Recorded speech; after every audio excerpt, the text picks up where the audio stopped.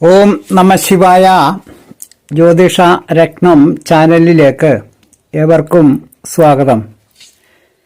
ഈ വീഡിയോയിൽ ജാതകത്തിലെ ഗ്രഹനിലയിൽ 9-ാം ഭാവാധിപൻ ലഗ്നഭാവം മുതൽ 12-ാം ഭാവം വരെയുള്ള ഓരോ ഭാവങ്ങളിലും നിൽക്കുമ്പോൾ ജാതകർക്ക് ഉണ്ടാകുന്ന ഫലങ്ങൾ പറയുന്ന പുതിയ ഒരു വീഡിയോയിലേക്ക് ജ്യോതിഷ വിഷയങ്ങളോട് താൽപ്പര്യവും വിശ്വാസവും ഉള്ള ഏവരെയും ഹൃദയപൂർവ്വം സ്വാഗതം ചെയ്യുന്നു, ക്ഷണിക്കുന്നു. ആദ്യം 9-ാം ഭാവാധിപൻ ലഗ്നഭാവത്തിൽ നിൽക്കുമ്പോൾ, അതായത് 1-ാം ഭാവത്തിൽ നിൽക്കുമ്പോൾ ജാതകൻ നല്ല കീർത്തിയുള്ളവനും ഗുണവാനും ആയിരിക്കും. നല്ല ഭാഗ്യവും ഉണ്ടായിരിക്കുമെങ്കിലും ജാതകൻ എന്ത് കാര്യം തുടങ്ങിയാലും അതിനൊക്കെ എന്തെങ്കിലും ഒരു തടസ്സവും വന്നു ചേരുന്നതാണ്. അടുത്തത് 9-ാം ഭാവാധിപൻ 2-ാം ഭാവത്തിൽ നിൽക്കുമ്പോൾ ജാതകൻ നല്ല ധനപുഷ്ടിയുള്ളവനും നല്ല പാണ്ഡിത്യമുള്ളവനും പല ബഹുമതികളും ലഭിക്കുന്നവനും ആയിരിക്കും.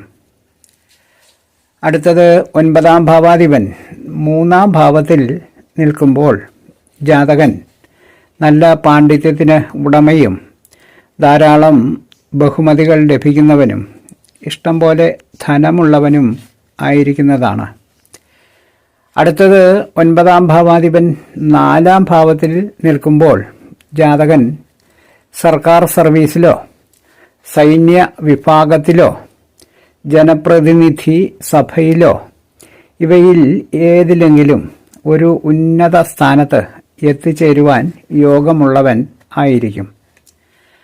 അടുത്തത് 9-ാം ഭാവാധിപൻ 5-ാം ഭാവത്തിൽ നിൽക്കുമ്പോൾ ജാതകൻ ഇഷ്ടം പോലെ ധനമുള്ളവനും നല്ല ഭാഗ്യമുള്ളവനും എല്ലാവരാലും ബഹുമാനിക്കപ്പെടുന്നവനും ആയിരിക്കും. അടുത്തത് 9-ാം ഭാവാധിപൻ 6-ാം ഭാവത്തിൽ നിൽക്കുമ്പോൾ ജാതകൻ പൊതുവെ ഒരു ഭാഗ്യമില്ലാത്തവൻ ആയിരിക്കും. ഏത് കാര്യത്തിലായാലും ഉദ്ദേശിക്കുന്ന വിധത്തിലുള്ള ഒരു പ്രോത്സാഹനം തക്ക സമയത്ത് ജാതകന് ലഭിക്കുകയും ഇല്ല. അടുത്തത് 9-ാം ഭാവാധിപൻ 7-ാം ഭാവത്തിൽ നിൽക്കുമ്പോൾ ജാതകൻ നല്ല കീർത്തിയുള്ളവനും നല്ല ഭാഗ്യമുള്ളവനും ഗുണവാനും ആയിരിക്കുന്നതാണ്. എന്നാൽ ജാതകൻ എന്ത് കാര്യം തുടങ്ങിയാലും എന്തെങ്കിലുമൊക്കെ തടസ്സങ്ങൾ വന്നു ചേരുകയും ചെയ്യും.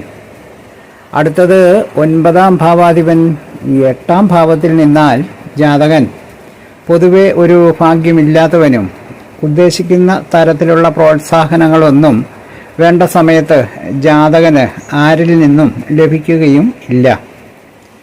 അടുത്തത് 9-ാം ഭാവാധിപൻ 9-ാം ഭാവത്തിൽ തന്നെ നിൽക്കുമ്പോൾ ജാതകൻ നല്ല ഭാഗ്യവർദ്ധനവുള്ളവനും ഇഷ്ടം പോലെ ധനവും സമ്പത്തുകളും ധാന്യവും ഐശ്വര്യവും ജീവിതത്തിലുടനീളം ഉണ്ടായിരിക്കുന്നവനും ആയിരിക്കും.